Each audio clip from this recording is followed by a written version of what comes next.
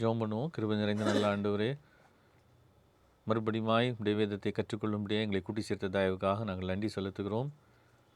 எங்களுக்கு நீர் கற்றுத்தந்து வருகிற ஆண்டவரே எல்லா விசேஷங்களுக்காக நாங்கள் உங்களுக்கு நன்றி செலுத்துகிறோம். தொடர்ந்து இவளை கற்றுக்கொள்ள தேவையான ஞானத்தையும் ஆண்டவரே பரிசுத்தாவினுடைய ஒத்தாசையும் எங்களுக்கு தந்தரல வேண்டும் என்று நாங்கள் செபிக்கிறோம்.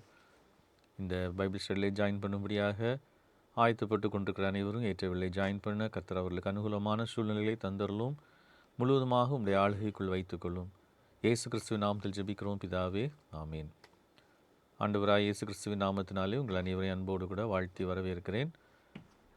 ஆண்டவருடைய கிருபையினாலே நாம் இந்த ஆன்லைன் பைபிள் ஸ்டடியிலே புதிய கண்ணோட்டத்திலே வெளிப்படுத்தின விசேஷத்தை நாம் படித்து வருகிறோம். கடந்த ஒரு சில வாரங்களாக வெளிப்படுத்தின விசேஷத்தின் முதல் பகுதி, முதல் அதிகாரத்தையும் 2வது அதிகாரத்தையும் நாம் பார்த்து கொண்டிருக்கிறோம். 2வது அதிகாரத்திலே 7 திருச்சபைகளுக்கு யோவான் எழுதின விஷயங்களை குறித்து நாம் சிந்தித்து கொண்டிருந்தோம். அதிலே அதனுடைய தொடர்ச்சியை நாம் இன்றைக்கு பார்க்க இருக்கிறோம். முதலாவது எபேசு சபைக்கு பேசினதை சிந்தித்தோம். சிமிர்னா சபைக்கு பேசினதை நாம் சிந்தித்தோம். இன்றைக்கு தியத்திரா சபைக்கு அவர் சொன்ன காரியங்களை குறித்து நாம் சிந்திக்க போகிறோம். வெளிப்படுத்தல் 2ஆம் அதிகாரம் 18வது வசனம். வெளிப்படுத்தல் 2வது அதிகாரம் 18வது வசனம். தியத்திரா சபையின் தூதனுக்கு நீ எழுத வேண்டியது என்னவென்றால் என்று சொல்லி அங்கே சொல்லப்பட்டிருக்கிறது. ஏற்கனவே நாம் பார்த்தது போல ஒவ்வொரு சபைக்கும் தன்னை குறித்து, கிறிஸ்துவை குறித்து அவர் கொடுக்கிற அந்த வெளிப்பாடு வித்தியாசப்படுகிறது என்பதை நாம் சிந்தித்தோம், பார்த்தோம். தியத்திரா சபைக்கு சொல்லும் பொழுது தன்னை அறிமுகப்படுத்துகிறதை அங்கே எப்படி பார்க்கிறோம் அப்படின்னு சொன்னால்,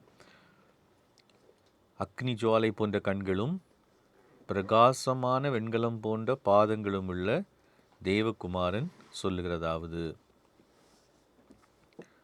அக்னி ஜுவாலை போன்ற கண்களும் பிரகாசமுள்ள வெண்கலம் போன்ற பாதங்களும் உள்ள தேவகுமாரன். ஸோ அந்த அத்தாரிட்டேட்டிவ் வேர்ட்ஸ். ஸோ யார் பேசுகிறா அப்படின்றது ரொம்ப முக்கியம். அக்னி ஜுவாலை போன்ற கண்கள் அப்படின்றது நம்ம ஏற்கனவே அறிந்திருக்கிறோம். அக்னி ஜுவாலை போன்ற கண்கள் அப்படின்றது அது ஆண்டவருடைய எல்லா எண்ணங்களையும் சிந்தனைகளையும் ஊடுருவி செல்லுகிற, இல்லாவிட்டால் எதையுமே அவருக்கு மறைக்க முடியாத, சங்கீதக்காரன் சொன்னது போல உம்முடைய பார்வைக்கு மறைவாக நான் எங்கே போவேன் என்று சொல்லுகிற அந்த தேவனுடைய அந்த அக்னி ஜுவாலை போன்ற கண்கள் என்பது ஏதோ அவருடைய கண்கள் அக்னியை போல எரிந்து கொண்டிருக்கிறது என்பதை விட அவருடைய கண்கள் எல்லாவற்றையும் ஊடுருவி செல்லக்கூடிய அந்த பார்வையை உடையது. இது தேவனுக்கு மட்டுமே உரியது. பழைய ஏற்பாட்டிலே தீர்க்க தரிசனங்களிலே, இல்லாவிட்டால் பழைய ஏற்பாட்டு புஸ்தகங்களிலே தேவன்தான் எல்லாவற்றையும், மனிதனுடைய எல்லா உள்ளிந்திரியங்களையும் இறைமையா தீர்க்கதரிசி மூலமாய் சொல்லும் பொழுது கூட அதுதான் சொல்வாய், ஆவனாகிலும் தன்னை நான் காணக்கூடாதபடிக்கு தன்னை மறைத்து கொள்ளக்கூடுமோ, நான் வானத்தையும் பூமியையும் நிரப்புகிறவர் அல்லவா என்று சொல்லி இறைமையா தீர்க்கதரிசன புஸ்தகத்திலே நம்ம வாசிப்போம். ஸோ எல்லாவற்றையும் காண்கிற தேவன், அந்த கண்கள் தேவனுக்கே உரியது. தானியேலும் அதனால தான் அந்த நீண்ட ஆயுசுள்ளவருடைய அந்த சிங்காசனத்தில் வீற்றிருக்கிற தேவனுடைய அந்த காட்சி ஆனது அது அவருடைய கண்கள் பிரகாசமாக இருந்ததாக சொல்லப்பட்டிருக்கிறதை நம்ம பார்க்க முடியும். அப்படின்னா அவருடைய கண்களுக்கு மறைவானது எதுவுமே இல்லை. Nothing can be hidden from his eyes. So இதை தான் அங்கே வலியுறுத்தும். ஸோ அதனால் இங்கே யோவான் என்ன சொல்ல விரும்புகிறார் அப்படின்னு சொன்னால், சபைக்கு இப்பொழுது பேசுகிறவர் இயேசு கிறிஸ்து தான், சபையின் நடுவிலே உலாவி கொண்டிருக்கிறது தான். But he is God himself. அதனால தான் நான் முதலாவதே சொன்னேன், வெளிப்படுத்தலில் இயேசுவை பற்றின வெளிப்படுத்தல், இயேசுவை பற்றின வெளிப்பாடு. திருச்சபைக்கு சொல்ல வேண்டிய செய்திகளிலே மிக முக்கியமான செய்தி God himself. Jesus is God himself. ஏதோ திரும்ப திரும்ப நம்ம சொல்லிகிட்டு இருக்கிறேன், ஆனாலும் இது முக்கியமான ஒரு விஷயம். நிறைய நேரம் அநேகர் இந்த திருத்துவத்தை குறித்த அநேக குழப்பங்களுக்கு காரணம் என்ன அப்படின்னு சொன்னால், நிசையாவினுடைய கவுன்சில் இல்லாவிட்டால் அந்த சால்சிடோனியன் கவுன்சில் இதிலெல்லாம் இதை குறித்து விவாதித்ததுக்கு அப்புறம் தான் திருத்துவம் என்று ஒன்றை திருச்சபை உருவாக்கி விட்டது என்றெல்லாம் சொல்லுவாங்க. ஆனால் உண்மையிலே சொல்லப்போனால் சரியாக நம்ம படித்தோம்னு சொன்னால் முதல் நூற்றாண்டிலே சபைகளுக்கு அப்போஸ்தலர்கள் எழுதும்போதே இயேசு கிறிஸ்துவை அவரை தேவனாக அவங்க அந்த வெளிப்பாட்டை அவங்க சொல்லுகிறத நம்ம பார்க்க முடியும். ஸோ அங்கேயும் அதுதான் நம்ம பார்க்குறோம். கிட்டத்தட்ட எசேக்கியேலுடைய தரிசனம் போன்ற ஒரு காட்சி தான் இங்கே சொல்லப்படுகிறது. ஏற்கனவே நம்ம அதை வெளிப்படுத்தல் 1ஆம் அதிகாரத்திலேயே நம்ம அதை பார்க்கும்போதே பார்த்தோம். எசேக்கியேல் தீர்க்கதரிசி அந்த கண்ட காட்சியை எசேக்கியேல் தீர்க்கதரிசன புஸ்தகத்தினுடைய 1ஆவது அதிகாரத்தில் நம்ம வாசிக்கிறோம். அங்கே சொல்லப்பட்டிருக்கோம் அந்த 27ஆம் வசனத்திலே, அவருடைய இடுப்பாக காணப்பட்டது முதல் மேலெல்லாம் உட்புறம் சுற்றிலும் அக்னிமயமான சொகுசாவின் நிறமாயிருக்க கண்டேன். அவருடைய இடுப்பாக காணப்பட்டது முதல் கீழெல்லாம் அக்னிமயமாகவும் அதை சுற்றிலும் பிரகாசமாகவும் இருக்க கண்டேன் அப்படின்னு சொல்லி அதை கண்டபோது நான் முகம் குப்புற விழுந்தேன். ஸோ யோவான் அதே தான் 1ஆம் அதிகாரத்தில் 7 குத்து விளக்குகள் மத்தியிலே இயேசு கிறிஸ்து. ஸோ இது எசேக்கியேல் பார்க்கிறது இஸ்ரவேல் ஜனங்கள் தொழுது கொண்டிருந்த யெகோவா தேவனை. அவங்க எசேக்கியேல் கர்த்தருடைய மகிமையின் சாயலுக்குரிய தரிசனம் அப்படின்னு சொல்லி 1ஆம் அதிகாரம் 28ஆம் வசனத்தில் சொல்லும் பொழுது கர்த்தருடைய மகிமையின் சாயல் அப்படின்னு அந்த கர்த்தர் அப்படின்றது யாவே, யெகோவாவினுடைய மகிமையின் சாயலான தரிசனம். ஆனால் யோவான் அதை எப்படி கொண்டு வரார் அப்படின்னு சொன்னால் 1ஆம் அதிகாரத்தில் நம்ம தான் ஏற்கனவே பார்த்தோம். அதே மாதிரி தான், அதே போன்ற காட்சி தான் 1ஆம் அதிகாரம் 15ஆம் வசனத்தில் பார்த்தோன்னா அவருடைய பாதங்கள் உலைக்களத்தில் காய்ந்த பிரகாசமான வெண்கலம் போல் இருந்தது. அதை தான் வெண்கலம் போன்ற பாதங்களும் உள்ள தேவகுமாரன் அப்படின்னு சொல்லி 2ஆம் அதிகாரம் 18ஆம் வசனத்தில் தியத்ரா சபைக்கு தன்னை அந்த பகுதியை, அந்த குறிப்பிட்ட பகுதியை அறிமுகப்படுத்துகிறதை நம்ம பார்க்கிறோம். இதை கண்ட பொழுது அதே மாதிரி தான் யோவானும் சொல்கிறார் 17ஆம் வசனத்தில். எசேக்கியேல் எப்படி சொல்கிறாரோ அதே மாதிரி தான் சொல்கிறாரு. நான் அவரை கண்டபோது செத்தவனை போல் அவருடைய பாதத்தில் விழுந்தேன். ஸோ இதனால் இதில் என்ன சொல்ல வரக்கூடிய முக்கியமான செய்தி என்ன அப்படின்னு சொன்னால், இந்த சபைகளுக்கு பேசுகிறவர் ஏதோ மெஸ்ஸியா மனுஷனாக பூமியில் வந்தவர் அப்படின்றதில்ல. அவர் தேவனாக இருக்கிறார். It establishes the divinity. அதனால தான் இந்த தியத்ரா சபைக்கு ரொம்ப ஸ்பெசிஃபிக்காக என்ன சொல்லியிருக்கு அப்படின்னு சொன்னால், பாதங்களும் உள்ள தேவகுமாரன் சொல்லுகிறதாவது. So son of God, he has the authority.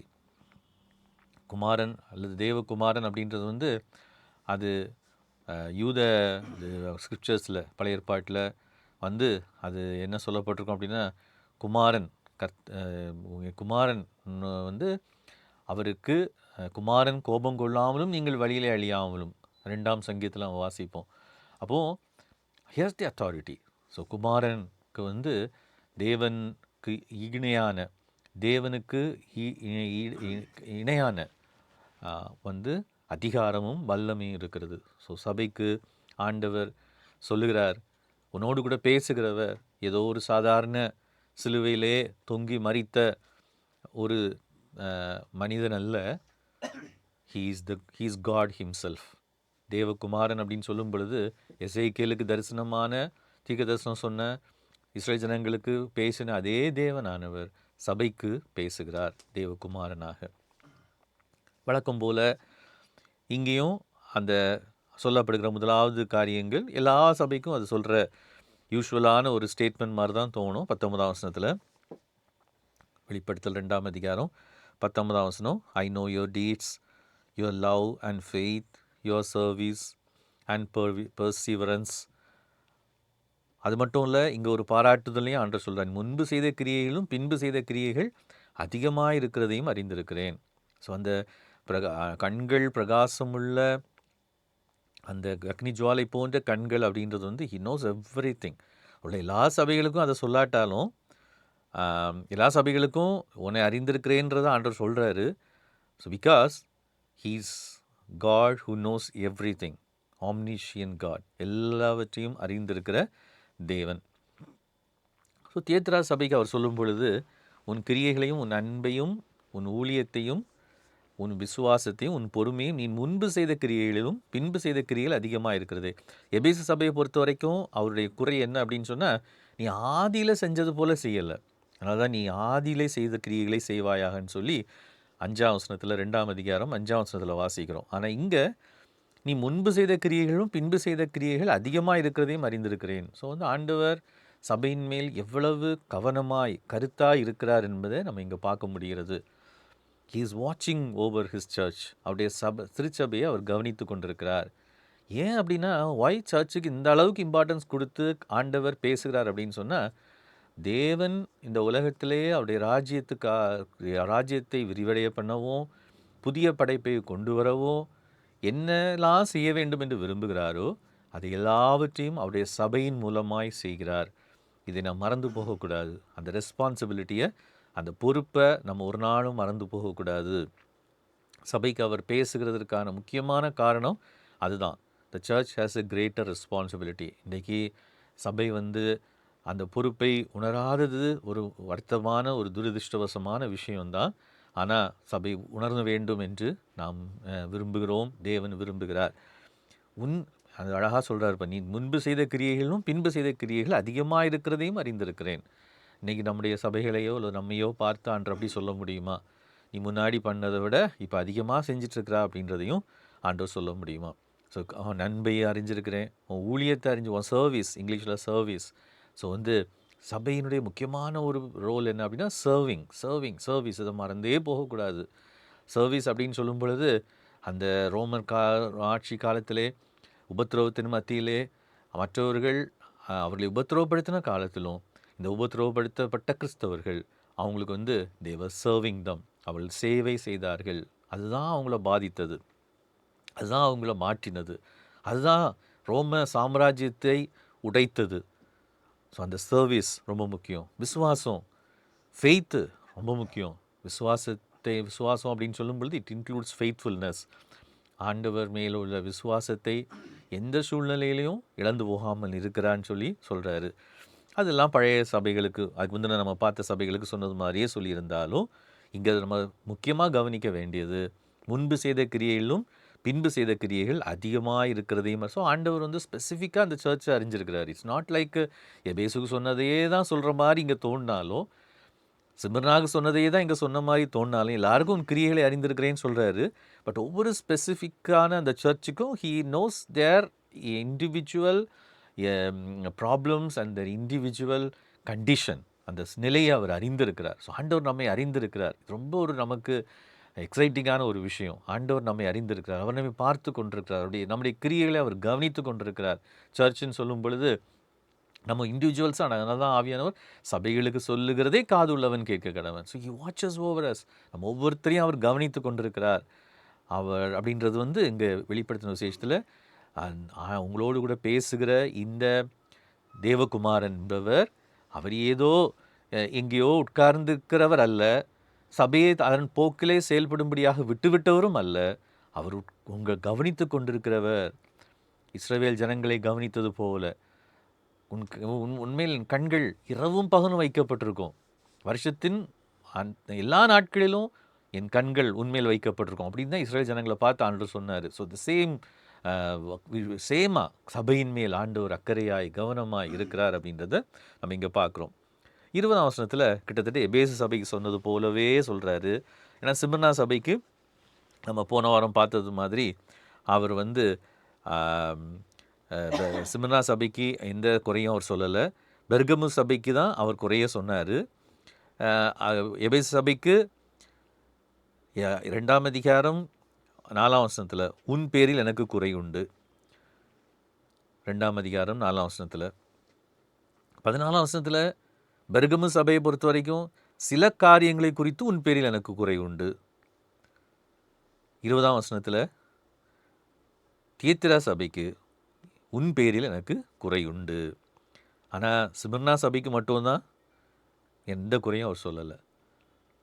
ஆண்டவர் நம்மை அப்படிப்பட்ட ஒரு சபையாகவே இருக்க வேண்டும் என்று விரும்புகிறார். நம்மளை பார்த்து உன் பேரில் எனக்கு குறையுண்டு அப்படின்னு சொல்கிறத காட்டிலும் நாம் ஆண்டவருக்கு முன்பாக குறையற்றவர்களாக இருக்கிறதை ஆண்டவர் விரும்புகிறார். எபேசு சபையினுடைய குறை என்ன? ஆதியிலே செய்த கிரியைகளை நீ திரும்பவும் செய்யணும். அந்த விட்னஸிங் லைஃப், நீ எந்த அளவுக்கு எனக்காக ஆதியில் எனக்காக விட்னஸ் பண்ணியோ, விட்னஸிங் அப்படின்னு சொன்னால் கன்வெர்ட் பண்ணுறது அப்படின்றது இல்லை, அது கன்வர்ஷன் நடக்கும். ஆனால் விட்னஸிங் அப்படின்றது தைரியமாக, துணிச்சலாக, ரோம ஆட்சிக்கு உட்பட்ட அந்த சூழ்நிலையில் இயேசு கர்த்தர் என்பதை அறிவிப்பது, வேர்ட்ஸ்லேயும் சரி ஒர்க்ஸ்லேயும் சரி. அதில் ஆண்டவர் திரும்பவும் நீ அதை போல செய்யணும் அப்படின்னு சொல்லி ஆதியில் செஞ்ச கிரியைகளை திரும்பவும் செய்யன்னு சொல்லி சொல்கிறார். விட்னஸிங். சிம்ரா சபைக்கு ஒன்றும் சொல்லலை. பெர்கமு சபைக்கு என்ன சொல்கிறாரு? பிலேயாம் போதகத்தை கை கொள்ளுகிற நிக்கோலாய் மதஸ்தருடைய ஸோ சிமர்னா சபையை பொறுத்த வரைக்கும் சரி, பெர்கமு சபையை பொறுத்த வரைக்கும் நல்லா தான் இருக்கிறாங்க. ஆனால் டிவியேஷன்ஸ், டாக்ட்ரினல் டிவியேஷன்ஸ், முக்கியமாக அன்னைக்கு இருந்த பிரச்சனை என்ன அப்படின்னு சொன்னால், உபத்திரவத்திலிருந்து தப்பிக்கிறதுக்காக ஈவன் அந்திப்பான்றவே கொல்லப்பட்ட நாட்களிலும் விசுவாசத்தை மறுதலையாமல் இருந்தாங்க. ஆனால் ஒரு குரூப் உள்ளே போயிட்டாங்க. அவங்க போய் என்ன பண்ணுறாங்க அப்படின்னு சொன்னால், ஆண்டவர் அவங்களோட தான் நான் யுத்தம் பண்ணுவேன்னு சொல்லி சொன்னார். போன வாரம் நம்ம அதை பார்த்தோம். அந்த குரூப் யார்? அவங்க ஐடல் வர்ஷிப்பை என்கரேஜ் பண்ணுறவங்க, செக்ஷுவல் இம்மாராலிட்டியை என்கரேஜ் பண்ணுறவங்க.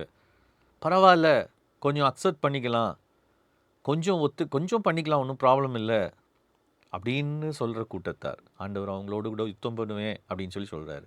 ஸோ அது அவங்களுடைய குறை, பெர்கமு சபையினுடைய குறை. தியத்திரா சபையினுடைய குறை என்ன? இப்போ 20ஆம் வசனம், தன்னை தீர்க்கதரிசி என்று சொல்லுகிற ஏசபேல் என்னும் ஸ்திரீயானவள் என்னுடைய ஊழியக்காரர் வேசித்தனம் பண்ணவும், விக்கிரகங்களுக்கு படைத்தவைகளை புசிக்கவும், அவர்களுக்கு போதித்து அவர்கள் வஞ்சிக்கும்படி நீ அவளுக்கு இடம் கொடுக்கிறாய். இது ஒரு நபரை குறித்து சொல்லப்பட்டிருக்குதா? அங்கே இருக்கிற ஒரு கூட்டத்தை குறித்து சொல்லப்பட்டிருக்குதா? ஏன்னா நம்ம ஏற்கனவே இதை பார்த்துட்டோம். ரெவலேஷன் முழுசுமே மெட்டஃபாரிக்கல் லாங்குவேஜ். அப்படி இருக்கும் பொழுது நம்ம அதை ஏசபேல்னு ஒரு உண்மையிலே ஒரு பெயருடைய ஒரு பெண் இருந்தாள் அப்படின்னு நம்ம சொல்ல முடியாது. ஆனால் ஏசபேல்ன்றது நமக்கு தெரியும், நல்லாவே தெரியும். அது பழைய ஏற்பாட்டில் உள்ள பெயர். துன்மார்க்கமாய் இருந்த ஒரு ராஜஸ்திரியினுடைய பெயர். அப்போது இவங்களை பற்றி அந்த பேர் அது கொடுக்கப்பட்டிருக்கிறது. So it could be a collective of people. அங்கே இடம் கொடுக்குறான்னு சொல்லியிருக்குது. அப்படின்னா சபையிலேயே ஆண்டவர் எதிர்பார்க்கிற ஒரு முக்கியமான விஷயம் என்ன அப்படின்னு சொன்னால், அங்கே 2 தவறுகள் அங்கே சொல்லப்படுது. ஒன்று என்னுடைய ஊழியக்காரர் வேசித்தனம் பண்ணவும், விக்கிரகங்களுக்கு படைத்தவைகளை புசிக்கவும், அவர்களுக்கு போதித்து அவர்களை வஞ்சிக்கும்படி. அப்படின்னா அங்கே ஒரு குரூப்பு சில விஷயங்களை அவங்களுக்கு போதிக்கிறாங்க. நிறைய நல்ல விஷயங்கள் இருக்கிற இந்த சபையில் முன்னாடி நடந்து செஞ்ச கிரியைகளை விட அதிகமான கிரியைகளை பின்னாட்களில் நல்லா செஞ்ச இந்த சபையில் என்ன பிரச்சனை? ஒரு குரூப்புக்கு அவங்க இடம் கொடுத்துருக்குறாங்க. அவங்க என்ன செய்கிறாங்கன்னா, தே ஆர் டிசீவிங். அவங்க டிசீவ் பண்ணுறாங்க. அதனால தான் என்ன சொல்கிறார் அப்படின்னு சொன்னால், she misleads my servants into sexual immorality and the eating of food sacrifice to idols. ஆனால் இது யார் சொல்கிறது? யார்? Who calls herself a prophetess, தன்னை தீர்க்கதரிசி என்று சொல்லுகிற. மிகவும் கவனமாக இருக்கணும். இன்றைக்கும் தான் பிரச்சனை. இந்த தங்களை தீர்க்கதரிசிகள் என்று அறிமுகப்படுத்துகிறவர்களை குறித்து நம்ம ஜாக்கிரதையாக இருக்கணும். அதனால தான் ஆண்டவர் இங்கே சொல்கிறாரு பாருங்களா. ஸோ அதனால தான் ஒருவேளை வெளிப்படுத்தின விசேஷம் அந்த சபைக்கு ஆண்டவர் கொடுத்த வெளிப்படுத்தலாக இருந்தாலும், அவங்களுக்கு அன்றைக்குள்ள ஸ்பெசிஃபிக் சுச்சுவேஷன் அட்ரஸ் பண்ணுறதா இருந்தாலும், it applies to us well. நமக்கும் அது பொருந்துகிறது. தன்னை தீர்க்கதரிசி என்று சொல்லுகிற அப்படின்னா she is not accepted, authorised கிடையாது, ஆனால் தன்னை சொல்லுகிறாள். ஸோ தன்னை சொல்லுகிறவர்களை குறித்து ஜாக்கிரதை. இன்றைக்கி நிறைய பேர் தன்னை சொல்லுகிறாங்க. அவள் என்ன சொல்கிறா அப்படின்னா, என்ன செய்கிறா அப்படின்னா, ஸோ அவங்க தீர்க்கதரிசின்னு சொல்கிறா, பட் 2 விஷயங்களை அவள் என்கரேஜ் பண்ணுறா. ஒன்று என்னென்னா, வேசித்தனம் பண்ணுறதுக்கு. Very important. ஆண்டவர் செக்ஷுவல் பியூரிட்டி எதிர்பார்க்கிறார். நம்ம தான் போன வாரத்துலேயே நான் சொன்னேன், ஐடலேட்ரியாக ஆண்டவர் ஏன் வெறுக்கிறாரு? அதை தொடர்ந்து இம்மோராலிட்டி வரும். இங்கே செக்ஷுவல் இம்மாராலிட்டி பண்ணலாம், வேசித்தனம் பண்ணவும் அப்படின்னு போதிக்கிறான்னு சொல்லியிருக்குது. ஸோ இது எக்ஸாக்டாக என்னன்றது நமக்கு ஹிஸ்டாரிக்கலி எந்த எனக்கு தெரிஞ்ச அளவில், நான் பார்த்த அளவில் என்ன டீச்சிங் அப்படின்றது நமக்கு தெரியலை. ஆனால் இது இன்றைக்கு நம்ம ஒத்துக்கொள்ளுகிற ஒரு சில காரியங்களை போல் அது தோணுகிறது. என்ன அப்படின்னு சொன்னால், சரி செக்ஷுவல் இம்மோராலிட்டி, வேசித்தனம் இதெல்லாம் பெரிய விஷயம் ஒன்றும் கிடையாது. விக்கிரகங்களுக்கு இதுவும் அகெயின் அவங்க கான்டெக்ஸ்டில் பொறுத்த வரைக்கும் உபத்திரவத்திலேருந்து தப்பிக்கிறது தான். என்ன விக்கிரகங்களுக்கு படைத்ததை புசிச்சா என்ன நடந்துட போகுது? விக்கிரகங்களுக்கு சரி, ஏன்னா நம்ம நினைக்கிற மாதிரி இல்லை. அன்னைக்குள்ள ரோமன் அந்த சூழ்நிலையை நான் ஏற்கனவே பல முறை சொல்லியிருக்கிறேன். சூழ்நிலையை நம்ம யோசித்து பார்க்கும் பொழுது அங்கே அந்த ரொம்ப டிஃப்ரென்ஸ் இருக்குது ரிலிஜியஸுக்கும் பாலிட்டிக்ஸுக்கும். இப்போ பொலிட்டிக்கல் இதில் ரிலிஜியன் பாலிட்டிக்ஸும் சேர்ந்தான் இருக்கும். ஃபார் எக்ஸாம்பிள் ஒரு கிறிஸ்தவ அப்படின்னு எப்படி அவங்களுக்கு பிரச்சனை, ரொம்ப பிரச்சனை. இன்றைக்கி நமக்கு அந்த சூழ்நிலையே கிடையாது. அதனால் நமக்கு இன்றைக்கி அதை இமேஜின் பண்ணுறது கொஞ்சம் கஷ்டமாக இருக்கும். இப்போ ரோமர்கள் நடத்துகிற எல்லா விழாக்களிலும் அல்லது பெரிய பெரிய இதுலேயும் இவங்க கலந்து கொள்ளணும், எல்லாரும் கலந்து கொள்ளுவாங்க. அதில் ஜூஸ்க்கு மட்டும்தான் நான் போன வாரம் சொன்ன மாதிரி எக்ஸம்ஷன் கொடுக்கப்பட்டது ஒரு குறிப்பிட்ட காலகட்டத்தில். மற்றபடி எல்லாரும் அதில் கலந்து கொள்ளணும். கலந்து கொள்ளல அப்படின்னா எல்லாரும் அதை பேச ஆரம்பிச்சிருவாங்க. ஏன் இன்றைக்கி இவங்க வரல, இவன் என்ன இந்த முக்கியமான விழாவில் சாப்பிடலை. So Christians withdrew themselves. அதில் அவங்க போக மாட்டாங்க. ஏன்னா they wanted to தங்களுடைய ஐடென்டிஃபிட்டியை மெயின்டைன் பண்ணணுன்றதுக்கு அவங்க போக மாட்டாங்க. பட் இவங்க என்ன சொல்கிறாங்க அப்படின்னா, அது மாதிரி அவங்களுக்கு பொதுவாக அந்த ரோமன் கல்ச்சர் இம்மாரல் கல்ச்சர். நான் தான் போன வாரமே சொன்னேன், விக்கிரகத்தை தொடர்ந்து விளையாடவும் எழுந்தார்கள் அப்படின்னு சொல்லி நம்ம யாத்திராகமத்தில் வாசிக்கிறது மாதிரி மோசே அந்த சீனாய் மலையிலேருந்து இறங்கி வந்த சந்தர்ப்பத்தில் நடந்தது போல் இன்றைக்கி விக்கிரகங்களை தொடர்ந்து, விக்கிரக ஆராதனையை தொடர்ந்து இதுவும் நடக்கும். அங்கே they use to makes lot of fun. நிறைய ஃபன் நடக்கும், அங்கே நிறைய பார்ட்டிங் நடக்கும். ஸோ நம்ம ரோமன் கல்ச்சர் சிவிலைசேஷன் எல்லாம் பார்க்கும் பொழுது, ஹிஸ்டாரிக்கலாக பார்க்கும்போது இதுதான் நடக்கும். அங்கே ரொம்ப தே வில் என்ஜாய் தம்செல்ஸ். நிறைய ப்ளே பாய்ஸ் அங்கே இருப்பாங்க, ப்ளே பாய் கல்ச்சர். ஸோ அதை தான் ஆண்டவர் என்ன சொல்கிறார் அப்படின்னு சொன்னால், சபைக்குள்ளே இப்போ இவ என்ன சொல்கிறா அப்படின்னு சொன்னால், நீ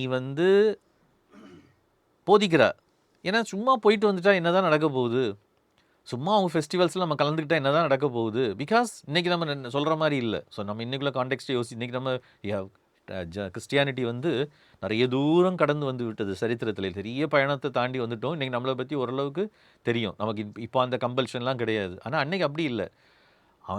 அந்த கூட்டத்தில் கலந்துக்கிட்டு, அவங்களோடு கூட சேர்ந்து அந்த பார்ட்டியில் கலந்துக்கிட்டு, அவங்க அதே மாதிரி அந்த ஃபன்னை அவங்க என்ஜாய் பண்ணலை அப்படின்னு சொன்னால் இவங்க நம்ம கூட இல்லை.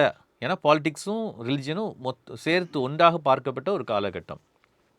அப்போது இங்கே கொஞ்சம் பேர் இவன் என்ன சொல்லியிருக்கலாம் அப்படின்னு சொல்லி நினைக்கிறாங்க வேத பண்டிதர்கள் அப்படின்னு சொன்னால், ஓகே நம்ம உபத்திரவத்தை தாங்கிறதுக்காக ஒன்றும் இல்லை, இதிலலாம் கொஞ்சம் ஆண்டவருக்காகவும் சாட்சியாக இருப்போம், கொஞ்சம் இதுலேயும் நம்ம என்ன பண்ணுவோம், கலந்துக்குவோம். ஆனால் ஆண்டவர் அதை சகிக்கவில்லை, அதை பொறுக்கவில்லை. ஆண்டவர் சொல்கிறாரு 21ஆம் வசனத்தில், நீ அவளுக்கு இடம் கொடுக்குறா. 20ஆம் வசனத்தில் இடம் கொடுக்குறா. ஏன்னா நிறைய பேர் நல்லா தான் இருக்கிறாங்க, இது ஒரு கூட்டம் தான், ஒரு சின்ன குரூப் தான். 21ஆம் வசனத்தில், அவள் மனம் திரும்பும்படியாய் அவளுக்கு தவணை கொடுத்தேன், தன் வேசி மார்க்கத்தை விட்டு மனம் திரும்ப அவளுக்கு விருப்பமில்லை. அந்த கூட்டத்தை குறிப்பிடுகிறாரா, ஒரு குறிப்பிட்ட பெண்ணை குறிப்பிடுகிறாரா நமக்கு தெரியவில்லை. But they identify themselves as நல்ல தீர்க்கதரிசிகள், நல்ல வரம் பெற்றவங்க அப்படின்னு அவங்கள அடையாளப்படுத்தி கொள்கிறாங்க, அந்த பெண்ணோ அந்த கூட்டமோ. பட் என்ன சொல்கிறாங்க, மேபி அவங்களுக்கு ப்ராஃபஸிலாம் பண்ணுற கிஃப்ட்டு கூட இருந்திருக்கலாம். அதனால தான் இங்கே அவங்கள சபைக்குள்ளே அவங்க வச்சுருந்துருக்குறாங்க. சபையில் தீர்க்கதரிசனம் சொல்கிறவங்களா கூட அவங்க இருந்திருக்கலாம். அதனால தான் அவங்கள சபைக்குள்ளே வச்சுருந்துருக்கலாம், மேபி இடம் கொடுத்துருக்கலாம் அவங்களுக்கு. ஆனால் அவங்க டீச்சிங் எப்படின்னா, ஒன்றும் இல்லை, உபத்திரவத்தை தவிர்க்கிறதுக்காக கொஞ்சம் நம்ம அங்கே போய்க்கலாம், கொஞ்சம் அதில் கலந்துக்கலாம், கொஞ்சம் அந்த உணவில் நம்ம கலந்துக்கலாம் அப்படின்றது. ஆண்டவர் சொல்கிறாரு, நான் வாய்ப்பு கொடுத்தேன் அவளுக்கு. ஸோ ஆண்டவர் வாய்ப்பு கொடுக்குறார், மனம் திரும்ப தவணை கொடுத்தேன். Very important. ஸோ ஆண்டவர் நமக்கு சபைக்கு என்ன கொடுக்குறாரு அப்படின்னு சொன்னால், நம்ம நிறைய நாள் நினைப்போம், ஏன் ஆண்டவர் இதெல்லாம் சகிச்சிட்ருக்காரு, இவ்வளவு காரியங்கள் சபைக்குள்ளே நடக்குது, இவ்வளோ சில நம்ம வேதனைப்படுவோம் இல்லையா, இதெல்லாம் நடக்குது சபைகளுக்குள்ளே, இவ்வளோ துணிகரமாலாம் நடக்கிறாங்க, இப்படிலாம் பண்ணுறாங்க, எப்படி ஆண்டவர் இதெல்லாம் பொறுத்துட்ருக்கிறாரு அப்படின்னு சொல்லி. ஆண்டவர் அதான் சொல்கிறாரு, நான் தவணை கொடுத்தேன். I have given her time அப்படின்னு போட்டிருக்கு இங்கிலீஷில். ஸோ ஆண்டவர் வந்து எப்படி இஸ்ரவேல் ஜனங்களோடு கூட இருந்து தவணை கொடுத்தாரோ அதே போல் அவர் தவணை கொடுக்கிறார். ஸோ அந்த ஏசபேலை குறித்து நீங்கள் வந்து 1 ராஜாக்களில் வாசிக்கலாம். மேபி அந்த ஏசபேல்ன்ற பேரை ஸ்பெசிஃபிக்காக பயன்படுத்தி இருக்கிற காரணம் என்னன்றது உங்களுக்கு தெரியும்னு நினைக்கிறேன். அதை நீங்கள் பிறகு வாட்ச் பார்த்துக்கோங்க. இப்போ நம்ம அதுக்குள்ளேயே நம்ம ரொம்ப டீப்பாக போகிறது நம்ம அதை படிக்கும்போது தெரியும். 1 ராஜாக்கள் 16ஆம் அதிகாரம் 31ஆம் வசனத்துலலாம் நம்ம பார்க்கும்போது அந்த விஷயங்களை நம்ம நல்லா புரிஞ்சுக்கலாம். அதாவது கிட்டத்தட்ட ஏன் ஏசபேலுன்ற பேர் பயன்படுத்தப்பட்டிருக்கிறது நமக்கு நல்லாவே தெரியும். வெளிப்படுத்தின விசேஷம் நம்ம பழைய ஏற்பாட்டோட அந்த கான்டெக்சுவல் அல்லது அந்த பின்னணியத்தோடு தான் ஒவ்வொரு விஷயமும் வருகிறது. அது காரணம் என்ன அப்படின்னு சொன்னால் அதில் இருக்கிறதோட தான் ரிலேட் பண்ணுறாரு. அந்த ஏதோ புதியதான ஒரு வெளிப்படுத்தல் கிடையாது. ஏற்கனவே இஸ்ரேல் ஜனங்களுக்கு நடந்த காரியங்கள் இவங்களுக்கு சபைக்கும் now the church is the new Israel. So அதனால் அந்த காரியங்கள் இவங்களுக்கும் நடக்காதபடிக்கு எச்சரிக்கையாக இருக்கிறதுக்காக சொல்கிற காரியங்களானதுனால நம்ம அது திரும்பவும் இங்கே பார்க்க முடியும். அதில் அங்கே என்ன போட்டிருக்கோம் அப்படின்னா ஆண்டவர் அங்கே ஏசபேலை குறித்தும் அங்கே அப்படி தான் சொல்லுவார். என்ன சொல்லுவார் அப்படின்னா 2 ராஜாக்கள் 9ஆம் அதிகாரம் 7ஆம் வசனத்தில் பார்த்தீங்கன்னாலும் சரி, 1 ராஜாக்கள் 16ஆம் அதிகாரம் 31ஆம் வசனத்தில் நீங்கள் படித்து பார்த்தீங்கன்னாலும் சரி, அங்கே வந்து என்ன சொல்லப்பட்டிருக்கும் ஏசபேலை குறித்து அப்படின்னா அவ என்ன பண்ணா அப்படின்னு அவன் என்ன செஞ்சான் அப்படின்னு சொன்னால் 1 ராஜாக்கள் 16ஆம் அதிகாரம் 31ஆம் வசனத்தில் ஆகாபை குறித்து அங்கே சொல்லப்பட்டிருக்கிறது. நமக்கு தெரியும் ஆகாபுடைய கதெல்லாம் நமக்கு தெரியும். அதில் நான் ரிப்பீட் பண்ணணுன்னு விரும்பலை. இருந்தாலும் இந்த வசனங்களை மட்டும் நான் காமிக்கலாம் அப்படின்னு சொல்லி எனக்கு தோணுது. ஒரு சிலர் அதை குறித்து தெளிவான அறிவு இல்லாமல் இருப்பீங்கன்னா உங்களுக்கு இந்த வசனங்களை இங்கே பார்க்குறது உங்களுக்கு என்ன பிரச்சனை, இவளுடைய ப்ராப்ளம் என்ன அப்படின்னு கேட்டால் 1 ராஜாக்கள் 16ஆம் அதிகாரம் 31ஆம் வசனத்தில் வாசிக்கிறோம். நேபாத்தின் குமாரனாகி யெரோபாவின் பாவங்களில் நடப்பது அவனுக்கு கொஞ்ச காரியம் என்று நினைத்தார் போல. யார்? ஆகாப். அவன் சீதோனியரின் ராஜாவாகிய ஏத்பாகாலின் குமாரத்தி ஏசபேலை விவாகம் பண்ணினதும் அல்லாமல் அவன் போய் பாகாலையும் சேவித்து அதை பணிந்து கொண்டு தான் சமாரியாவிலே கட்டின பாகாலின் கோவில் பாகாலுக்கு பலிபீடத்தை எடுப்பித்தான். அதிகமாக ஆண்டவருக்கு விரோதமாக விக்கிரகத்தை பண்ணான் அப்படின்றத அங்கே பார்க்குறோம். அதே மாதிரி அதே 1 ராஜாக்கள் 21ஆவது அதிகாரம் 25ஆம் வசனத்தில் வாசிக்கும்போது 1 ராஜாக்கள் 21:25 தன் மனைவியாகிய ஏசபேல் தூண்டிவிட்டபடியே கர்த்தரின் பார்வைக்கு பொல்லாப்பானதை செய்ய தன்னை விற்று போட்ட ஆகாபை போல ஒருவனும் இல்லை. ஸோ அது ஒரு மிஸ்கைடிங் ஸ்பிரிட், மிஸ்லீடிங் ஸ்பிரிட். அதுதான் ஏசபேலில் குறித்து சொல்லப்பட்டிருக்கிறது. ஸோ வந்து இங்கே வந்து தீர்க்கதரிசின்னு சொல்லி தன்னை அடையாளப்படுத்தி கொள்கிறதா சொல்லப்பட்டிருக்கிறது. ஆனால் தேவனுடைய மனிதர்களை ஆகாபு வந்து அந்த ராஜா இஸ்ரேலுக்கு ராஜாவாக இருக்கிறான். ஆனாலும் அவனை வந்து கம்ப்ளீட்லி ஷி மிஸ்கைடட் ஹர். அதனால் ஆண்டவர் வந்து ஆனாலும் அவளுக்கு தவணைக்கு டைம் கொடுக்குறாரு. நமக்கும் ஆண்டவர் சில நேரம் டைம் கொடுப்பாரு நிறைய சபைகள் நடக்கிற காரியங்களில் பார்க்கும்போது. ஆனாலும் ஆண்டவர் சொல்கிறாரு 22ஆம் வசனத்தில், இதோ நான் அவளை கட்டில் கிடையாக்கி அவளுடனே விபச்சாரம் செய்தவர்கள் தங்களுடைய கிரிகளை விட்டு மனம் திரும்பாவிட்டால் அவர்களையும் மிகுந்த உபத்திரவத்திலே தள்ளி 23ஆம் வசனத்தில் அவளுடைய பிள்ளைகளையும் கொல்லுவேன். அதான் அங்கே சொல்லியிருக்கு திரும்பவும். அப்பொழுது நானே உள்ளிந்திரியங்களையும் இருதயங்களையும் மாறாகிறவன்றி எல்லா சபைகளும் அறிந்து கொள்ளும்.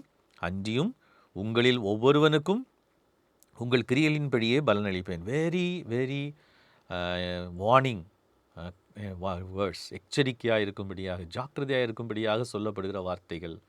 உண்மையானவர்களே, ஒருவேளை நம்ம வந்து ஆண்டவருடைய பிள்ளைகள், ஆண்டவரத்தினால கழுகப்பட்டிருக்கோம், உடன்படிக்கையின் மக்கள், ஆண்டவர் நம்மை வந்து தெரிந்து கொண்டிருக்கிறார், நம்மை கொண்டு அவருடைய பணியை செய்கிறார் அப்படின்லாம் நினச்சிட்டு நம்முடைய கிரியைகள் ரொம்ப முக்கியமான ஒரு விஷயம் இந்த தியேத்திரா சபையில் நம்ம பார்க்க முடிகிறது. ஒன்று என்னென்னா, ஒர்க்ஸை பொறுத்த வரைக்கும் அவங்க ஓகே, எபேசு சபை ஒர்க்ஸ்லேயே ஃபெயில் ஆனாங்க. ஆனால் ஒர்க்ஸ் ஒரு பக்கம், கிரியைகளிலே அவங்க வந்து ரொம்ப நல்லா இருக்கிறாங்க, முன்னாடி விட நல்லா நிறைய ஒர்க்ஸ் பண்ணுறாங்க. ஆனால் இந்த ஏசபேல் கூட்டத்திற்கு இடம் கொடுத்து செக்ஷுவல் இம்மாராலிட்டிக்கு அவங்க இடம் கொடுத்தது ஆண்டவருக்கு சுத்தமாக பிடிக்கவே இல்லை. ஆண்டவர் தான் சொல்கிறார், நான் கட்டில் கிடையாக்கி. இது என்ன சொல்லியிருக்கோம்னா, ஒரு குரூப்பே அதுக்குள்ளே இருக்கிறாங்க சர்ச்சுக்குள்ளே. என்ன குரூப் தெரியுமா? விபச்சாரம் பண்ணுறது, வேசித்தனம் பண்ணுறது, ஐடலைட் இதில் இப்போ கலந்துக்கிறது, இதெல்லாம் ஒன்றும் இல்லைன்னு சொல்லிட்டு, ஆனால் தீர்க்கதரிசனம் சொல்லுவாங்க, சபையில் நல்லா ஆக்டிவாக பார்ட்டிசிபேட் பண்ணுவாங்க. இந்த குரூப்புக்கு வந்து அவங்க இடம் கொடுத்தாங்க. எல்லாரும் அப்படி இருக்கல, பட் ஒன் குரூப். ஸோ இதை குறித்து நம்ம ரொம்ப ஜாக்கிரதையாக இருக்கணும். இன்றைக்கும் சபைகளுக்குள்ளே இப்படிப்பட்டவர்கள் உண்டு.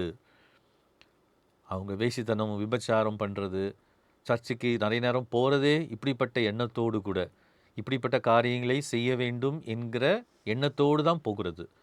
ஸோ ஆண்டவர் சொல்கிறாரு, கட்டில் கிடையாக்கி உபத்திரவத்திலே தள்ளுவேன். அதாவது நீங்கள் கவனித்து பாருங்கள், ஏற்கனவே உபத்திரம் ஒரு பக்கம் இருக்குது, பட் இங்கே ஆண்டவர் வந்து உபத்திரவத்தை ஒரு பக்கம் சாட்சிக்கு, ஆண்டவருடைய சாட்சிக்காக உபத்திரம். ஆனால் ஆண்டவங்க சொல்கிறாரு, I will cast her on a bed of suffering and I will make those who commit adultery with her suffer intensely unless they repent of her ways. இன்னும் ஆண்டவர் வாய்ப்பு கொடுக்குறாரு. மனம் திரும்பாமல் போனால் நான் வந்து என்ன பண்ணுவேன், தண்டிப்பேன். ஸோ ஆண்டவருடைய சபையை பொறுத்த வரைக்கும் தேவனுடைய நம்ம ஒருவேளை நரகம் அப்படின்னு சொல்லி நம்ம பயம் காமிக்கிறோம் நிறைய நேரம். ஆனால் ஆண்டவர் இங்கே என்ன சொல்கிறார் அப்படின்னு சொன்னால், யூ வில் சஃபர், நீ வந்து கட்டில் கிடையா ஆக்கப்படுவாய், நீ வந்து உன் பிள்ளைகளே நான் அதுக்காக தண்டிப்பேன் அப்படின்னா என்ன, அவளை ஃபாலோ பண்ணுறவங்க அல்லது அந்த அந்த இதை பின்பற்றுறவங்க, அவளுக்கு பிள்ளைங்க இருந்தாங்க அப்படின்றது இல்லை, மேபி இருக்கலாம், பட் அந்த உன்னை ஃபாலோ பண்ணுற அந்த கூட்டத்தை நான் மொத்தமாக உங்களை தண்டிப்பேன். இன்னும் மனம் திரும்புவீங்களான்னு நான் என்ன செய்வேன், எதிர்பார்ப்பேன். இங்கிலீஷில் I will strike her children டெட்டுன்னு சொல்லி போட்டிருக்கு. ஸோ வந்து உபத்திரவத்திலே தள்ளுவேன்னு இருந்தாலும் அங்கே வந்து அவங்கள வந்து நம்ம டெட் மரணத்துக்கு ஒப்பு கொடுப்பேன். ஸோ இது வந்து ஒரு முக்கியமான ஒரு விஷயம், நம்ம நல்லா புரிஞ்சிக்க வேண்டிய ஒரு காரியம். ஒருவேளை சபையில் வந்து ஆண்டவர் வந்து தேவனுடைய பிள்ளைகள், இவங்க நல்ல ஆண்டவருக்குள்ளே வந்தவங்க தான், சபையில் விட்னஸிங்காக இருந்தவங்க தான், பட் தே காட் டிவேட்டட் அண்டு என்னது மற்றவங்களையும் அவங்க என்ன செய்தாங்க, மிஸ்கைட் பண்ணாங்க, மிஸ்லீட் பண்ணாங்க. ஸோ இப்போது இந்த மாதிரி நடக்கும் பொழுது அப்போஸ்தலனாகிய பவுல் கொரிந்துக்கு எழுதுறது மாதிரி ஆண்டவர் என்ன செய்கிறாருன்னா சில நேரம், அதனால தான் அங்கே நம்ம ஒரு முறையும் திருவிருந்து லாட்டல் ராப்போஜனத்துக்கு நம்ம சொல்லும் பொழுது இந்த பகுதிகளை நம்ம அடிக்கடி கவனிக்கிறது உண்டு. அங்கே ஆண்டவர் அதனால தான் பவுல் வந்து என்ன சொல்வார் அப்படின்னு சொன்னால், 1 கொரிந்தியர் 11ஆம் அதிகாரத்தில் இது 30ஆம் வசனத்தில், இது நிமித்தம் உங்களில் அநேகர் பலவீனரும் வியாதி உள்ளவர்களுமாக இருக்கிறார்கள், அநேகர் நித்திரையும் அடைந்திருக்கிறார்கள், நாமே நிதானித்தறிந்தால் நாம் நியாயம் தீர்க்கப்படும், நாம் நியாயம் தீர்க்கப்படும் போது உலகத்தோடே ஆக்கினைக்குள்ளாக தீர்க்கப்படாதபடிக்கு கர்த்தராலே சிட்சிக்கப்படுகிறோம். So there is this kind of என்னது ஆண்டவர் நமக்கு கொடுக்குற சிட்சைன்னு உண்டு. ஸோ கிறிஸ்தவர்கள், ஆண்டவருடைய பிள்ளைகள் ஜாக்கிரதையாக இருக்க வேண்டும். ஆண்டவர் தம்முடைய சபையை சுத்திகரிக்கும்படியாக, தம்முடைய சபையை குறித்து அவர் ரொம்ப கன்சர்ன்டாக இருக்கிறதுனால, அதனால தான் அதுக்கப்புறம் சொல்லியிருக்குது, நானே உள்ளிந்திரியங்களையும் இருதயங்களையும் ஆராய்கிறவர் என்று எல்லா சபைகளும் அறிந்து கொள்ளும். இது நடக்கும் பொழுது when they get punished, அவங்களுக்கு தண்டனை கிடைக்கும் பொழுது அதை புரிஞ்சுக்குவாங்க. ஸோ நம்ம சபைகளில் இருக்கிறவங்க, ஆண்டவருடைய பிள்ளைகளாகிய நாம் ரொம்ப ஜாக்கிரதையாக இருக்கணும். தேவனுடைய தண்டனையை நம்ம வாங்கக்கூடாது. we should be very careful. Especially ஆண்டவருங்க ரொம்ப கவனமாக கடினமாக சொல்கிற காரியம் என்ன அப்படின்னு கேட்டால் செக்ஷுவல் இம்மோராலிட்டி. ரொம்ப கேர்ஃபுல்லாக இருக்கணும். வேசித்தனம் செய்கிறவன் தன் சொந்த சரீரத்திற்கு விரோதமாய் பாவம் செய்கிறான். எப்படி பாசிபிள் அப்படின்னு சொல்லி ஆண்டவர் பவுல் வந்து சொல்கிறாரு நிருபங்களில். வேசியோடு கர்த்தரோடு சேர்ந்திருக்கிறான், வேசியோடு எப்படி அவன் செய்ய முடியும், சரீரத்தை எப்படி வேசி கொடுக்க முடியும்? So very important. திருமண உறவை பரிசுத்தமாய் பாதுகாக்க வேண்டியது கிறிஸ்தவத்திலே மிக மிக மிக முக்கியமான ஒன்று. ஸோ அது வந்து நம்ம தவறுவோமே ஆனால் ஆண்டவர் வந்து சபையை அது இங்கே வந்து ஒரு உபதேசமாக அது போச்சு, அது வந்து துணிகரமாக செய்யும் பொழுது, தவறு பண்ண பிறகு மன்னிப்பு கேட்டு மனம் திரும்புறது, தண்டனையும் தவணையும் கொடுக்கும் பொழுது அதையும் பயன்படுத்தாமல் இருக்கும்போது ஆண்டவர் ரொம்ப கோவப்படுறாருன்றதை அவங்க பார்க்க. ஸோ ஆண்டவர் வந்து ஜஸ்ட் வந்து கொஞ்சம் ஃபன் பண்ணிக்க, கொஞ்சம் ஜாலியாக இருந்துக்க, பரவாயில்ல உனக்கு ஜாலி தானே இருக்கணும், போயிட்டு வா, நான் ஒன்றும் கண்டுக்கிட மாட்டேன் அப்படின்னு சொல்கிற ஆண்டவர் கிடையாது. ஸோ அதுதான் இங்கே நம்ம பார்க்குறோம். அடுத்ததாக 24ஆம் வசனத்தில், தியத்திராவிலே இந்த போதகத்தை பற்றி கொள்ளாமலும், ரொம்ப முக்கியமானது. ஸோ இது ஒரு டீச்சிங், அங்கே ஒரு டீச்சிங்காக இருக்குது. So we should be very careful about such kind of teachings. So அப்பப்போ நம்ம மனுஷர்கள் தவறுகிறது ஓகே, அது வந்து நம்ம மறுக்க முடியாதது. ஆனால் அதை ஒரு டீச்சிங்காக மாற்றும் பொழுது இட்ஸ் வெரி டேஞ்சரஸ் அப்படின்றது தான் நம்ம இங்கே பார்க்குறோம். ஒரு குரூப் இருக்காங்க இன்னும், சாத்தானுடைய ஆழங்கள் என்று அவர்கள் சொல்லுகிறார்களே, அந்த ஆழங்களை அறிந்து கொள்ளாமல் இருக்கிற மற்றவர்களாகிய உங்களுக்கு நான் சொல்லுகிறதாவது. ஸோ இந்த சாத்தானுடைய ஆழங்கள் என்னன்றது யாருக்குமே அவ்வளோ கிளியராக தெரியலை. பட் இந்த கூட்டத்தார் என்ன பண்ணுறாங்க அப்படின்னு சொன்னால், நாங்கள் இந்த தவறுகள்லாம் செய்கிறதுக்கு ஒரு காரியத்தை அவங்க சொல்கிறதா சொல்கிறாங்க. பைபிள் ஸ்காலர்ஸ் என்ன சொல்லுவாங்களான்னு தெரியுமா? நாங்கள் அந்த இதுக்குள்ளெல்லாம் போனாதான் சாத்தானியக்குடைய தந்திரங்கள் இல்லாட்டா அவனுடைய காரியங்கள் எல்லாம் புரிஞ்சுக்க முடியும். So it's deceptive one kind of doctor. அது எக்ஸாக்டாக என்னென்னு புரிஞ்சுக்க முடியலை. நம்மளால் இன்னும் அதை ஹிஸ்டாரிக்கலி இப்போ கண்டுபிடிக்க முடியலை. எனக்கு தெரிஞ்ச அளவு நான் பார்த்த அளவில் அது அப்படி ஒன்றும் இருக்கிற மாதிரி தெரியல. எல்லாருமே அதை அதை அசியூம் பண்ணி தான் சொல்கிறாங்க. பட் என்னென்னா ஒரு குரூப் வந்து என்ன பண்ணியிருக்கிறாங்க அப்படின்னு சொன்னால் என்ன சொல்கிறாங்கன்னா, சரி நம்ம அங்கே உள்ள அங்கேயும் நடக்குதுன்னு போய் பார்த்து அங்கே உள்ள விஷயங்கள்லாம் நம்ம கற்றுக்கிட்டு வரலாம். ஸோ இப்போ சாத்தானுடைய ஆழங்கள் அப்படின்னும் பொழுது அந்த மார்க்கங்கள் அல்லது அங்கே என்ன நடக்குது, அங்கே உள்ள விஷயங்கள் என்னது, அங்கே உள்ள டீப் திங்ஸ் என்னது நம்ம தெரிஞ்சுக்கணும் இல்லையா? அங்கே போய் என்ன நடக்குதுன்னு பார்க்கணும் இல்லையா? ஸோ அப்படின்னு சொல்கிற ஒரு கூட்டம். ஸோ இது வந்து என்னது, தாங்கள் பாவம் செய்கிறதுக்காக, தங்கள் பாவத்தை மறைக்கிறதுக்காக ஒரு என்ன சொல்கிறது, ஒரு கவரப் பண்ணுறதுக்காக அவங்க பண்ண விஷயம்தான். பட்டு சொல்கிறாரு ஆண்டவர், அது மாதிரி இல்லாமல் இருக்கிற ஒரு கூட்டம் இருக்கிறீங்க, உங்களுக்கு நான் சொல்கிறேன்னு சொல்லி அவங்களுக்கும் சொல்கிறார். ஸோ 2 குரூப்புக்கு இங்கே ஆண்டவர் அட்ரஸ் பண்ணுறாரு. ஒன்று யேசபேல் தீர்க்கதரிசியினுடைய உபதேசத்தை கேட்டு வழுவி போனவங்க, அவங்களுக்கு ஆண்டவர் எச்சரிக்கிறாரு. மற்றவங்களுக்கு சொல்கிறாரு, வேறொரு பாரத்தையும் சுமத்த மாட்டேங்க. ஸோ எவ்வளோ அழகாக இருக்குது பாருங்கள். ஸோ ஆண்டவர் வந்து பாரத்தை சுமத்துகிறவர் அல்ல. நம்ம நிறைய நேரம் நினைக்கிறோம் கிறிஸ்டியன் லைஃப் ரொம்ப ஹார்டு, ரொம்ப கஷ்டம் அப்படின்றதுலாம். ஆண்டவர் சொல்கிறாரு, வேறு ஒன்றும் வேண்டாம். 25ஆம் வசனத்தில், உங்களுக்குள்ளதை நான் வரும் அளவும் பற்றி கொண்டிருங்கள். வெரி என்கரேஜிங் இல்லையா? அங்கே நீங்கள் வந்து only hold on to what you have until I come. So நான் உனக்குன்னு ஒன்று கொடுத்துருக்கேன்ப்பா, உனக்குன்னு ஒரு பொசிஷன், ஒரு ஒர்க்கு கொடுத்துருக்கேன், ஒரு ஒகேஷன் கொடுத்துருக்கேன், நீ அதை பண்ணிகிட்டே இரு, எது வரைக்கும்? நான் வருகிற வரைக்கும். எபேசு சபை சொல்கிறாரு, நான் வந்து விளக்கு தண்டே நீக்கி போட்டுருவேன். Purpose, lost their purpose. எபேசு சபையை பொறுத்த வரைக்கும்.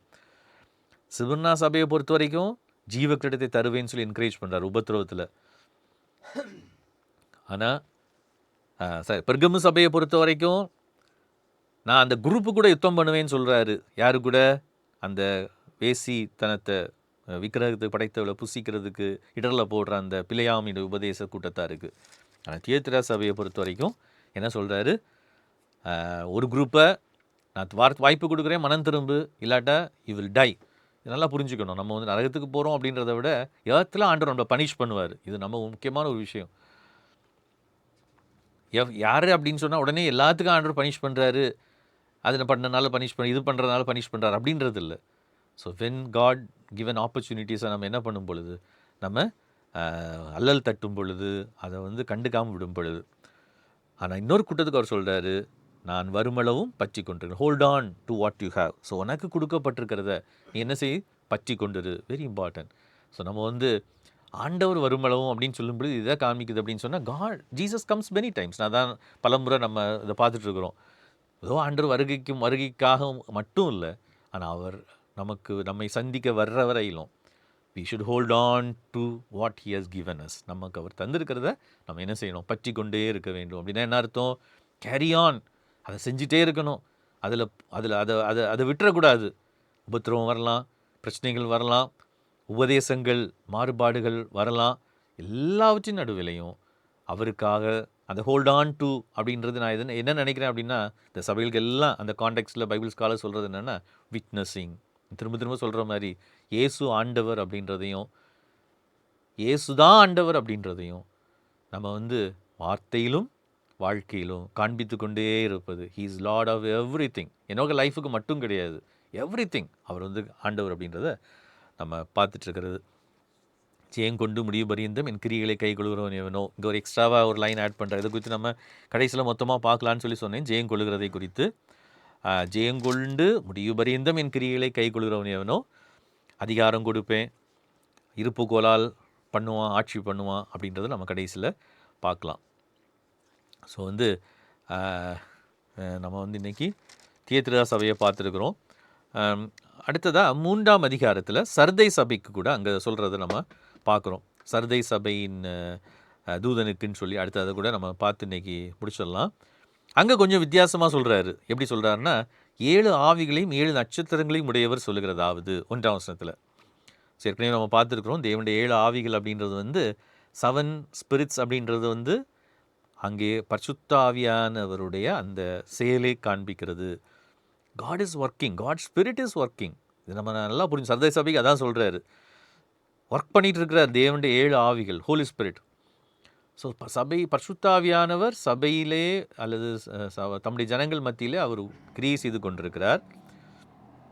அந்த ரெப்ரசன்டேட்டிவ்ஸ் 7 நட்சத்திரங்கள், ஏஞ்சல்ஸ் 7 நட்சத்திரங்கள் 7 தூதர்கள்னு சொல்லியிருக்குது. அவங்கள கையில் உடையவர் அவர் தான் அவங்கள உடையவர். He is the owner of the churches and its angels. சபைக்கும் அந்த தூதர்களுக்கும் அதிகாரி அல்லது ஓனர் யார் அப்படின்னு கேட்டால் அவர் தான். உன் கிரிகளை அறிந்திருக்கிறேன். ரொம்ப துரதிருஷ்டவசமான ஒரு விஷயத்தை இங்கே சொல்கிறாரு. அதனால தான் இங்கே ஆவிகள் 7 ஆவிகள்னு சொல்கிறாருன்னு நினைக்கிறேன். ஏன் அப்படின்னா, நீ உயிருள்ளவன் என்று பெயர் கொண்டிருந்தும் செத்தவனாய் இருக்கிறாய். எந்த அப்ரிஷியேஷனுமே இல்லை, எந்த அப்ரிஷியேஷன் வேர்ட்ஸுமே இல்லை. எபேசுக்கு இருந்துச்சு, அட்லீஸ்ட் முதல்லையாவது ஒழுங்காக இருந்தான்னு சொன்னார். சிமிர்னாவுக்கு இருந்துச்சு, பெர்கமுக்கு இருந்துச்சு, தியேத்திராவுக்கு இருந்துச்சு, எல்லாருக்கும் அப்ரிஷியேட்டிங் வேர்ட்ஸ் இருந்துச்சு. ஆனால் இங்கே ஒன்றுமே இல்லை. சர்தை சபை அது என்ன சிச்சுவேஷன் அப்படின்றது நமக்கு எக்ஸாக்டாக தெரியாட்டாலும், நீ உயிருள்ளவன் என்று பெயர் கொண்டிருந்தும் செத்தவனாயிருக்கிறாய். நீ விழித்து கொண்டு சாகிறதற்கு ஏதுவாயிருக்கிறவர்களை ஸ்திரப்படுத்து. உன் கிரியைகளை தேவனுக்கு முன்பாக நிறைவுள்ளவளாக நான் காணவில்லை. ஸோ இங்கே வந்து மெஜாரிட்டி இது எதை காமிக்குது அப்படின்னு சொன்னால், அஃப்கோர்ஸ் சர்ச் அப்படின்றது வந்து நிறைய குரூப் ஆஃப் பீப்புள் சேர்ந்துருப்பாங்க. நம்ம பார்த்தோம், பெர்கமு சபையில் ஒரு கூட்டம், தியேத்திரா சபையிலையும் ஒரு பெரிய கூட்டம் பின்வாங்கி போயிருக்குது. ஆனால் இங்கே அவரை பின்பற்றவங்க கொஞ்சம் பேர் இருக்கிறாங்க. அதனால தான் 4ஆம் வசனத்தை சொல்லியிருக்கு, தங்கள் வஸ்திரங்களை அசுசிப்படுத்தாத சில பேர் சர்தையிலும் எனக்கு உண்டு. உன் கிரியைகள் தேவன் நிறைவுள்ளவைகளாக நான் காணவில்லை. ஆகையால் நீ கேட்டு பெற்றுக்கொண்ட வகையை நினைவு கூர்ந்து அதை கை கொண்டு மனம் திரும்பு. நீ விழித்திராவிட்டால் திருடனை போல் உன்மேல் வருவேன், நான் உன்மேல் வரும் வேலையை அறியாதிருப்பாய். இது எதை காண்பிக்கிறது அப்படின்னு சொன்னால், 3ஆம் வசனத்தில் remember therefore what you have received and heard. அதாவது இந்த சர்தை சபை வந்து பெரும்பாலும், அதனால தான் செத்த சபை அப்படின்னு சொல்கிறாரு. நீ வந்து பேருக்கு தான் உயிரோடு இருக்கிற மாதிரி ஒரு பேர் இருக்குது உனக்கு, சபையாக இருக்கிற, பட் யூ ஆர் டெட். அது மட்டும் இல்லை, நீ வந்து அஸ் அ ஹோல் சபையாக நீ ஒன்றுமே இல்லை.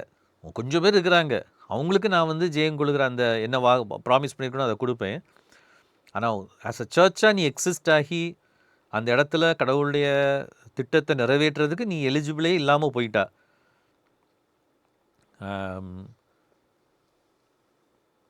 அதே மாதிரி அங்கே என்ன சொல்லியிருக்குன்னா, remember therefore what you have received and heard, obey it and repent. நீ விழித்தெழும்பு, we do not wake up, I will come like a thief. இது வந்து நம்ம வந்து திரும்ப திரும்ப பழைய ஏற்பாட்டிலிருந்தே வருகிற ஒரு செய்தி. என்ன செய்தி அப்படின்னு சொன்னால், அகெயின் இதுவும் எதை காண்பிக்கிறது அப்படின்னு சொன்னால், தன்னுடைய பர்பஸை, அதாவது தான் எதுக்காக ஒரு கிறிஸ்டியன் கம்யூனிட்டியாக இருக்கும், ஆண்டவர் நம்ம எதற்காக, அதான் நீ கேட்டு பெற்றுக்கொண்ட what you have received, remember therefore what you have received. நீ என்ன பெற்றுக்கிட்டான்றதை நீ ரிமெம்பர் பண்ணுன்னு சொல்கிறாரு. நீ கேட்டு பெற்றுக்கொண்ட வகைன்னு போட்டிருக்குது, பட் நீ பெற்றுக்கொண்டதை நினைவு கூறு. வாட் யூ ஹவ் ரிசீவ், நீ என்ன ரிசீவ் பண்ணியிருக்கிறா? சர்ச்சு, ஆண்டவருடைய பிள்ளைகள், எதை நம்ம ரிசீவ் பண்ணியிருக்கிறோம்? 7 ஆவிகளை உடைய, அதான் அந்த இன்ட்ரோடக்ஷனில் சொல்லியிருக்குது. அந்த பரிசுத்தாவியானவருடைய நிறைவை பெற்றுக்கொண்டு உலகத்திலே சாட்சியாக இருக்க வேண்டியவர்கள். You have received. ஆண்டவர் பெரிய பொறுப்பை கொடுத்துருக்கிறாரு, பெரிய ரெஸ்பான்சிபிலிட்டியை கொடுத்துருக்கிறாரு. பட் எதுவுமே இல்லாதது மாதிரி, உனக்கு எதுவுமே தேவையில்லாதது மாதிரி நீ என்ன பண்ணிட்டு இருக்கிற? You are dead. நீ வந்து விழித்து எலும்பு அப்படின்னு சொல்கிறத பார்க்குறோம். ஸோ எபேசியருக்கும் பவுல் எழுதும்போது சொல்லுவார், தூங்குகிற நீ விழித்து மரித்தோரை விட்டு எழும்பு, அப்பொழுது கிறிஸ்துவனை பிரகாசிப்பார் என்று எழுதியிருக்கிறதே.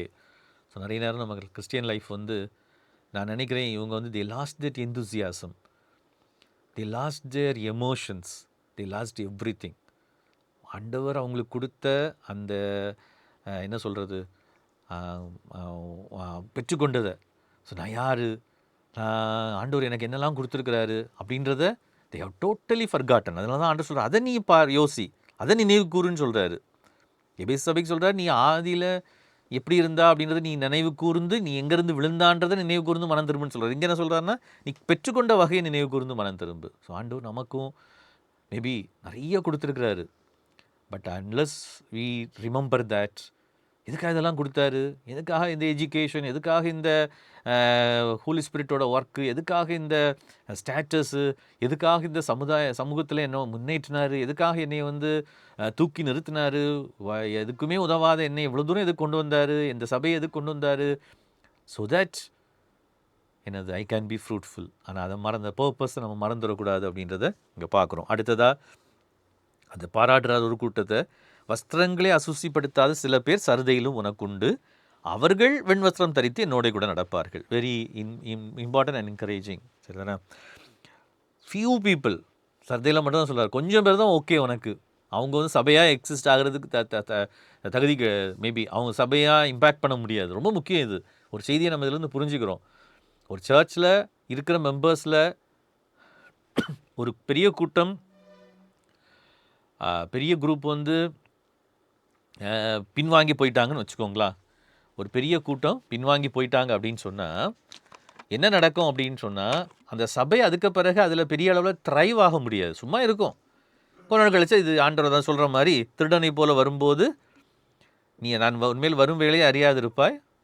அது it speaks of God's judgment தான். சபையை வந்து ஆண்டவர் நியாயம் தீர்க்கிறது இந்த இடத்த விட்டு இல்லாமல் காணாமல் போயிடுவார் திருடனை போல் வரும் பொழுது. ஆனால் ஆண்டவர் சொல்கிறாரு, வெண்வஸ்திரம் தரித்து கொண்டு நடக்கிற கொஞ்சம் பேர் எனக்கு உண்டு. வெண்வஸ்திரம் அவங்களுக்கு என்னது, வஸ்திரங்களை அசுசிப்படுத்தாத சில பேர் சர்தையிலும் உனக்கு உண்டு. ஸோ இந்த வஸ்திரங்கள் அப்படின்றது வந்து என்ன, அகெயின் ஏதோ வெள்ளை போட்டுட்டு நடக்கிறது, வெள்ளையாக உடுக்கிறது அப்படின்றது கிடையாது. வெளிப்படுத்தின விசேஷத்தில் நம்ம படித்து பார்த்தோம் அப்படின்னு சொன்னால், இந்த வஸ்திரம் அப்படின்றது வந்து எதை காண்பிக்குது அப்படின்னு சொன்னால், ஒர்க்ஸ் ஆஃப் ரைச்சியஸ்னஸ், நீதியின் கிரியைகள். நம்ம வந்து வெளிப்படுத்தல் 19ஆம் அதிகாரத்தில் சொல்லப்பட்டிருக்கோம் 8ஆம் வசனத்தில், பிரகாசமான மெல்லிய வஸ்திரம் தரித்து கொள்ளும்படி அவளுக்கு அளிக்கப்பட்டது, அந்த மெல்லிய வஸ்திரம் பரிசுத்தவான்களுடைய நீதிகளே, ஒர்க்ஸ் ஆஃப் ரைச்சியஸ்னஸ். ஸோ வந்து ஒரு குரூப் வந்து பரிசுத்தமாக நடக்கிறாங்க, பட்டு யூஸ் இல்லை. சர்ச்சாக they have failed their mission. ரொம்ப முக்கியமான ஒரு விஷயம். இன்றைக்கும் சில நேரம் இந்த இண்டிவிஜுவலைஸ்டு கிறிஸ்டியானிட்டியை பண்ணுறவங்க ஆண்டவர் மேபி அவங்கள ரிவார்ட் பண்ணுவார். தாங்களே பரிசுத்தமாய் காத்துக்கொள்கிற ஒரு கூட்டம் இருக்கிறாங்க அங்கே எல்லா சபைகளிலையும். நல்லது. ஆனால் அந்த சர்ச்சை குறித்த தேவனுடைய கரிசனையை பாருங்கள். அவங்க வெண்வஸ்திரம் தரித்து என் கூட நடப்பாங்க, பட் உலகத்துக்கு அவங்களால எந்த பிரயோஜனமும் இருக்க போகிறதில்ல. அவங்க இருக்கிற அந்த சமுதாயத்துக்கு எந்த பிரயோஜனமும் இருக்க போகிறதில்ல. அவங்க சொசைட்டியை அவங்க இன்ஃப்ளூயன்ஸ் பண்ண போகிறதில்ல, இம்பேக்ட் பண்ண போகிறதில்ல. அதனால தான் நம்ம அந்த திரும்பவும் அவங்களுக்கு கொடுக்குற அந்த ப்ராமிஸை பற்றி நான் சொல்லும் பொழுது நான் அவங்களுக்கு சொல்கிறேன். அங்கே என்ன சொல்கிறாருன்னா, அவங்க என் கூட நடப்பாங்க, ஜெயம் கொள்ளுகிறவன் அவன் வில் பி ட்ரெஸ்ட் இன் ஒயிட். அதை நம்ம இன்னும் கூட அங்கே டீட்டெயில்டாக நம்ம பார்க்கலாம். ஜெயம் கொள்ளுகிறவனுக்கு ஆண்டவர் கொடுக்குற ஆசீர்வாதங்கள் என்னன்றதை. ஆனால் மற்ற சபைகளுக்கு சொன்னது மாதிரி அந்த ஓவர் கம் பண்ணுறது ஒவ்வொரு சபைக்கும் ஒவ்வொரு விஷயத்தை அங்கே ஆண்டவர் அங்கே சொல்கிறத பார்க்குறோம். 2ஆம் அதிகாரத்தில் நம்ம இப்போ கொஞ்சம் முன்னாடி பார்த்த தியேத்ரா சபைக்கு சொல்லும் பொழுது பயங்கரமான ஒரு ப்ராமிஸை கொடுக்குறாரு. என்ன அப்படின்னு சொன்னால், அவன் இருப்பு கோலால் அவர்களை ஆளுவான். I will give authority over the nations. 2ஆம் அதிகாரம் 26ஆம் வசனம். I will give authority over the nations. அதுதான் இவள் இன்ஃப்ளூயன்ஸ். தேசங்களை நீ ஆளுகை செய்கிறவனா உன்னை மாற்றுவேன். ஆனால் சர்தை சபைக்கு அந்த மாதிரி எந்த ப்ராமிஸும் கொடுக்கல. ஏன்னா வெரி ஃபியூ தான் அங்கே இருக்கிறாங்க. ஸோ இந்த டிஃப்ரென்ஸை இதில் என்ன தான் ஆண்டவர் சொல்ல வர விரும்புகிறாருன்றதை நம்ம ஜெயம் கொள்ளுகிறவன் எவனோ அப்படின்ற அந்த 7 விஷயங்களையும் 7 சபைகளுக்கு சொல்லப்பட்ட விஷயங்களையும் மொத்தமாக சேர்த்து நம்ம ஆண்டவர் வர்ற வாரத்திலையோ அல்லது அதுக்கு அடுத்த வாரத்திலையோ நம்ம படிக்கும்போது அதை பார்க்கும்போது நமக்கு நல்லா அதை புரிந்து கொள்ள முடியும். ஸோ வந்து ஆண்டவர் சபைகளை குறித்து கரிசனையுடையவராக இருக்கிறார். சபையை கொண்டு அவர் இந்த பூமியிலே காரியங்கள் நடப்பிக்க விரும்புகிறார். ஆனால் அந்த சபை உயிரோடு இருக்க வேண்டும் என்று விரும்புகிறார். அதற்கு நம்ம அப்படிப்பட்ட சபையோட பார்ட்டாக இருக்கிறோம். ஆண்டவருக்காக இந்த பூமியிலே செயல்படுகிறவர்களாய் இருக்கணும் அப்படின்னு சொல்லி ஆண்டவர் விரும்புகிறார். ஆண்டவர் நமக்கு உதவி செய்வாராக. ஜெபம் பண்ணுவோம். கிருபை நிறைந்த நல்ல ஆண்டவரே, இந்த நாளிலே நாங்கள் கற்றுக்கொண்ட காரியங்களுக்காக நன்றி செலுத்துகிறோம். சபைகள் நடுவில் நீர் உலாவுகிறீர், எங்களை கவனிக்கிறீர், எங்களை பார்த்து கொண்டிருக்கிறீர். ஆண்டவரே, நாங்கள் உலகத்திலே இருக்கிற ஆண்டவரே, இந்த காலத்தில் இருக்கிற இந்த சமூகத்திலே பரவி கொண்டிருக்கிற ஆண்டவரே, எப்படினாலும் வாழலாம் அப்படின்ற ஒன்றுக்குள்ளாக நாங்கள் சென்று விடாதபடிக்கு ஜாக்கிரதையுடையவர்களாய் நாங்கள் நடக்கத்தக்கதாக எங்களுக்கு உதவி செய்யும். விசேஷமாய் ஆண்டவரே, அந்த எசபேல் குறித்து நாங்கள் பார்த்தோம். அப்படிப்பட்ட காரியங்கள் வரும் பொழுது ஆண்டவர் மிகுந்த வேதனைப்படுகிறீர். அவங்கள பார்த்து, நான் குடித்த சந்தர்ப்பங்களெல்லாம் நீ மிஸ் பண்ணிட்டா, நான் உன்னை கட்டில் கிடையாக்குவேன் என்று சொல்லக்கூடிய அளவுக்கு அவங்களுடைய நிலைமை மோசமானது. அப்படி நேரிடாதபடிக்கு நாங்களும் எங்களுடைய சபைகளும் பரிசுத்தத்திலே உண்மையுள்ளவர்களாய், ஆண்டவரை மிக முக்கியமாக செக்ஷுவல் லைஃப்பில் கர்த்தருக்கு பிரியமுள்ளவர்களாய், பரிசுத்தம் உள்ளவர்களாய் ஒவ்வொருவரும் இருக்க கர்த்தர் கிருபையை தந்தரலும். கர்த்தரிலே ஒப்புக் கொடுக்கிறோம். இந்த உலகத்துக்கு நாங்கள் மாடலாக இருக்க எங்களுக்கு பலனும் கிருபையும் தாரும். இயேசு நாமத்தில் ஜெபிக்கிறோம். ஜெபங்கள் நல்ல பிதாவே, ஆமென். தேங்க்யூ. Thanks for joining.